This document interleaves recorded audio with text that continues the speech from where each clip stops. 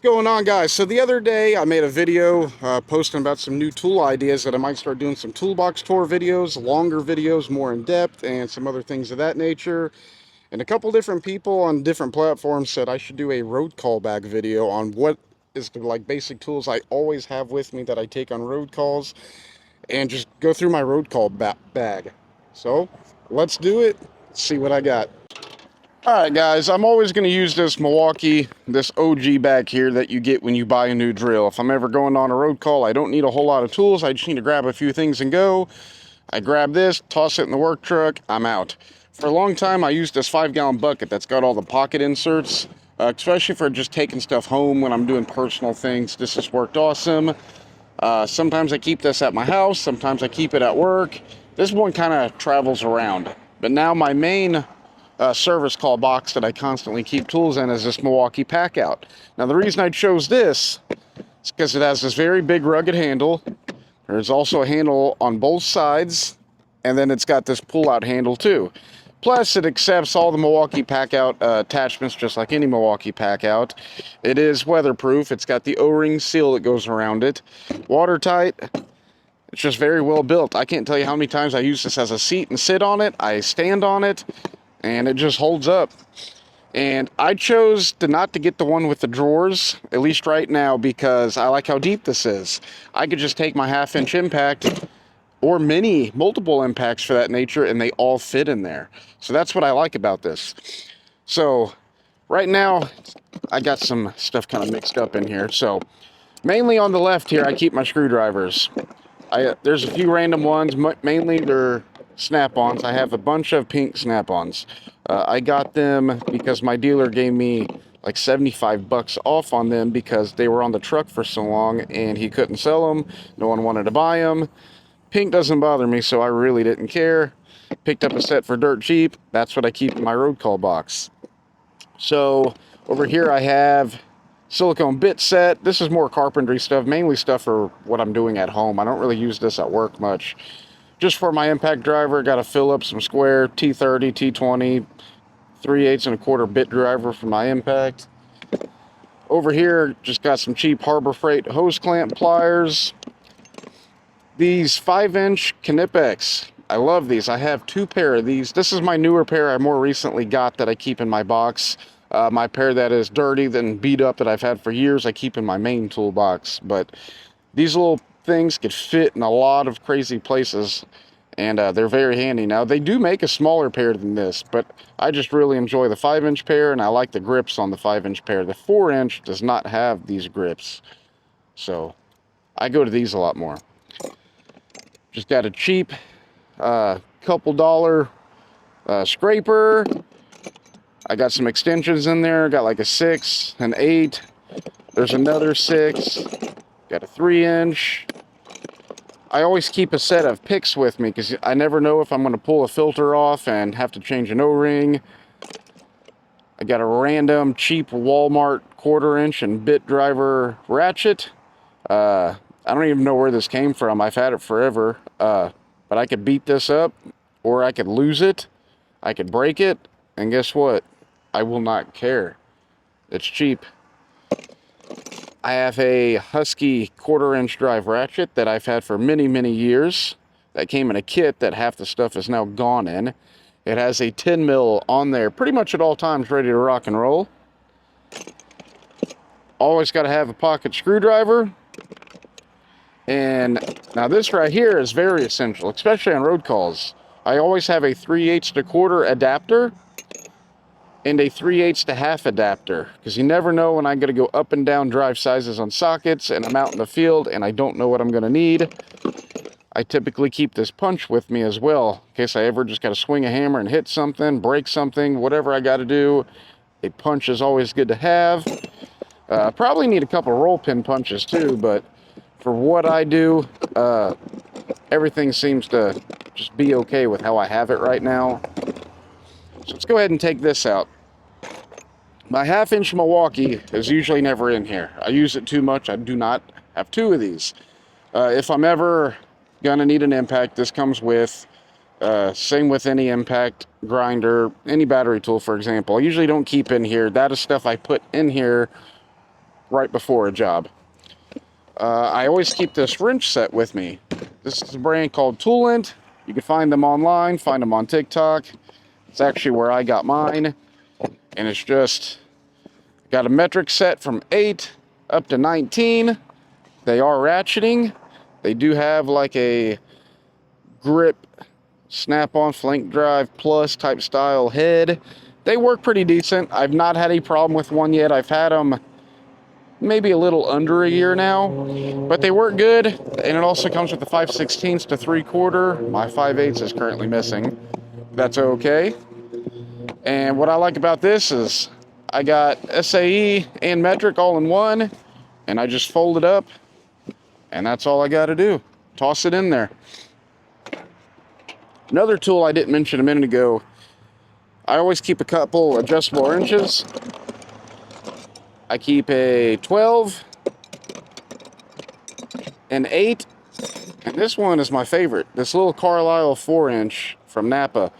Very high quality, and I love how small it is. Just like that small pair of Knipex pliers. This thing could fit in a lot of locations. I love it. Pry bar. I don't care what road call you go on. You always need a pry bar. Take a damn pry bar with you. You need a pry bar. Take your pry bars. I have a 1/4-inch drive socket set.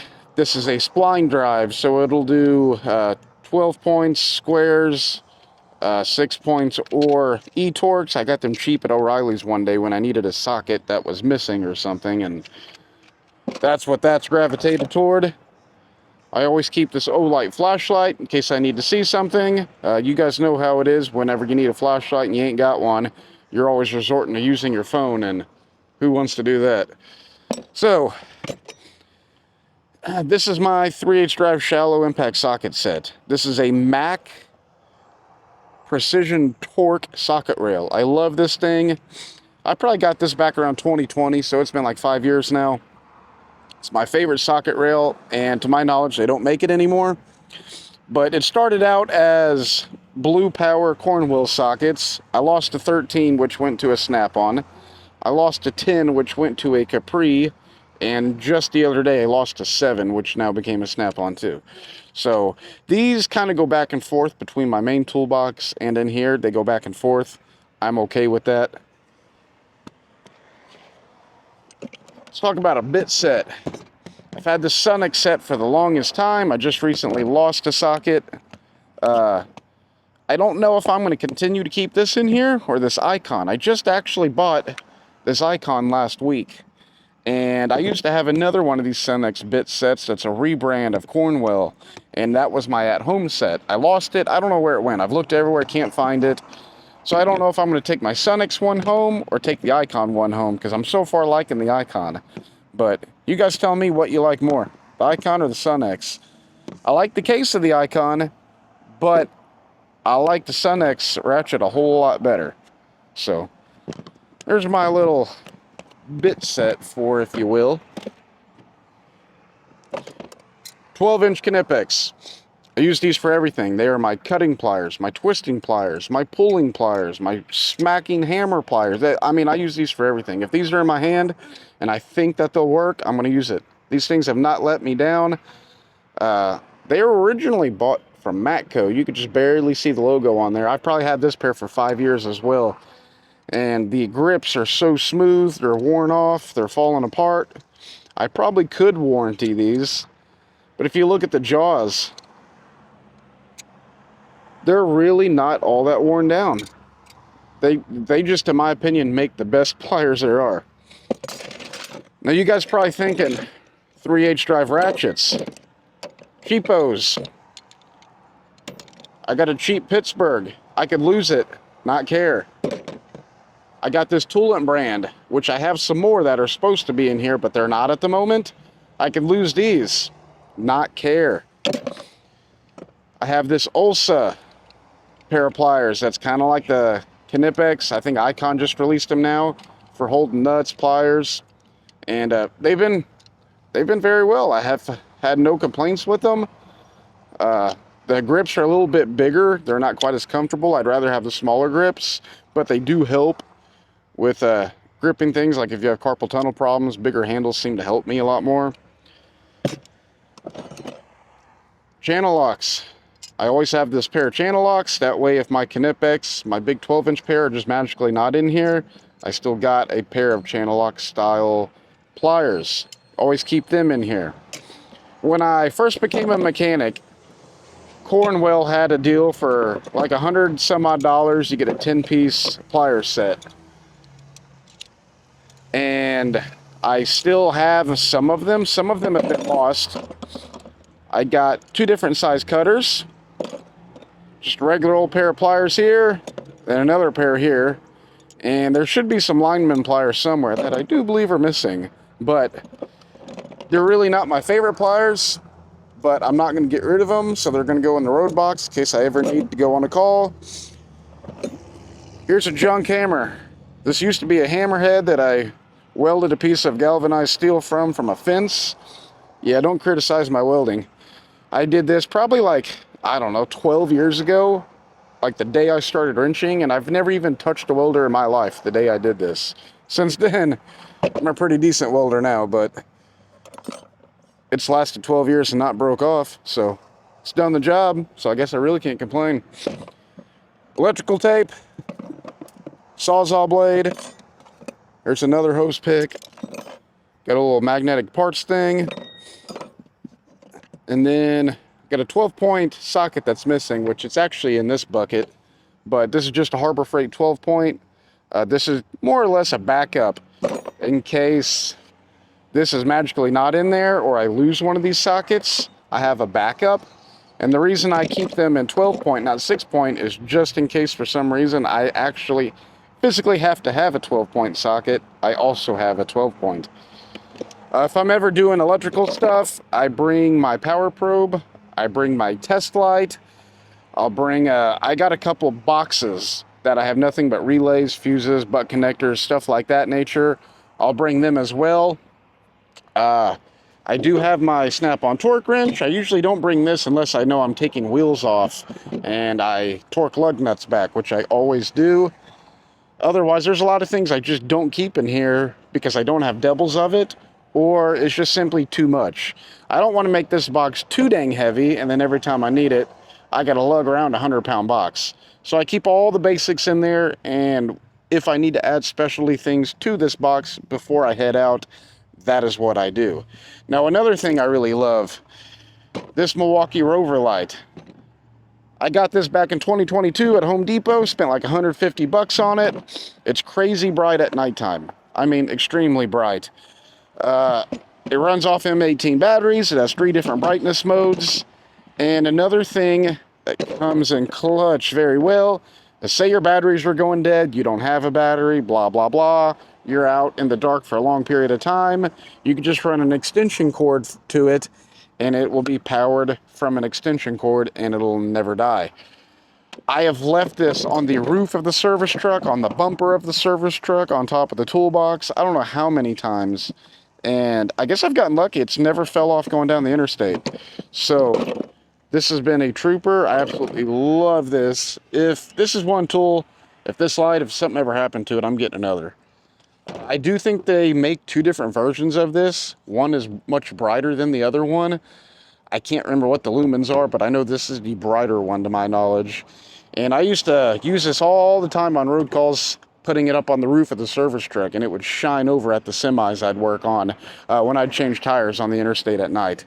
So that light has done me awesome. But really, for the most part, this is it. It's really kind of basic for the most part, other than some cheap Cornwell stuff. Also channel locks, a few random snap-on things. It's mainly cheaper stuff. I don't really put high-dollar stuff in here other than things that, you know, don't bother me as much because I don't want to lose them. You're a lot more prone to losing stuff on road calls than you are in the shop. And especially when you're stressed out on a road call, or it's late at night, or you're trying to get the heck off the side of the interstate, for example, you forget things a lot more. So this is really it, guys. It's kind of basic. And I know some of you requested this, and here you are. Guys, if you keep wanting to see videos like this, let me know. think I'm going to start posting more videos like this and do some more toolbox tours. I'll do more videos like this as time comes. So if videos like this interest you guys, honestly, hit me up in the comments. Let me know. I'm still trying to find out what videos you guys like watching. I know a lot of us like watching toolbox tour videos because we can see how people organize things differently. We can learn new brands that we've never heard of, new models of tools that come out that maybe I haven't seen yet and another guy has it. So I like watching videos myself like that because I do learn a lot myself, and I hope you guys do too. So I do have a couple videos in store. I got a couple buddies with really big snap-on boxes. One of them is a 68 Epic with the hutch, 2 lockers, and an Epic roll cart. I'm going to be doing a tour of him soon. He is a Ford Master Tech, been for a long time. And then I have another buddy with a big roll cart and a big built snap-on box as well. And I'm going to be doing probably some more in-depth 45-minute long videos with them here soon. So keep watching my stuff, guys, if you do, and there'll be more big things to come. Thank you, guys.